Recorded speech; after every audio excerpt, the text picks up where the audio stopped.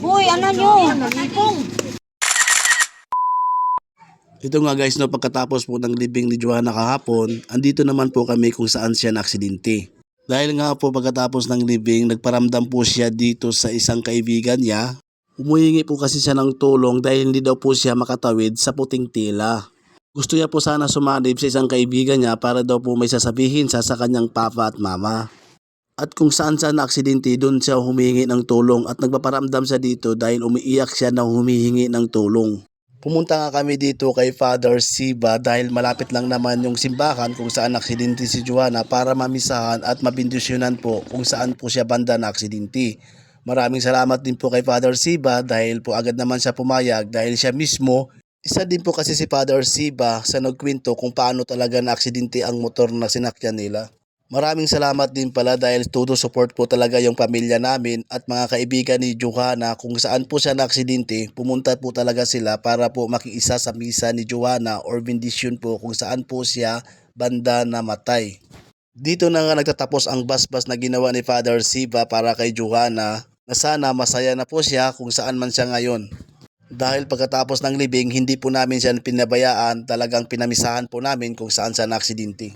Dito nga guys, no, kung makikita nyo, bali talaga yung poste guys, no, pero maraming kahaka at talaga bumangga si Joanna or motor talaga ang bumangga doon. Ito nga yung kaibigan ni Joanna nga mayroong third eye kung saan po siya nagparamdam. Ito nga dito pala ni Father kung may bakas pa ng motor. Ay. Ara gali Father motor. Gani. Wala. Adi na siya na dito mo lumpat ko so. Diri gali. Galin. Tawa si Father oh. Ito Joanna dito na tuguro na Joanna buong ulo. Kahit nga si Father dito napasabi na mabilis talaga yung takbo ng motor. Father, salamat. Gali ko nalin no, dira sa alin no. Troubleshoot gitu eh. Si Kapit pagid. Si JM pagid, JM. Where's Angel? Pasensya ka na, Pid. May kana sorry. Ito Joanna. Ito.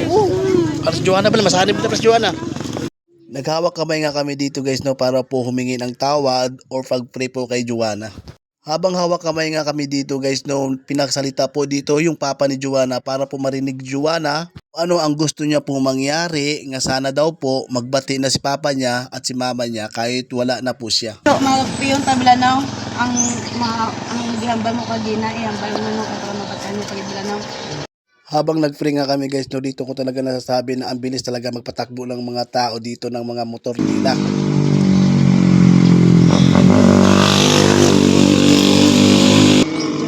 Pangayat sa akon. Mati amay lagi nambal jo ah. Mati iya sa akon na total. Kaya ka naman sa amon. Nasa gamay ka. Alin sa pagbiya sa iyong maman.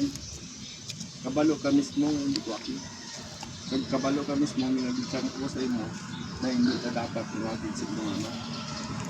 Habang nga nagsasalita dito ang papa ni Joanna, may isang pangyayari nga hindi po namin inaasahan, Joanna pala ay yumakap na sa kanyang ina.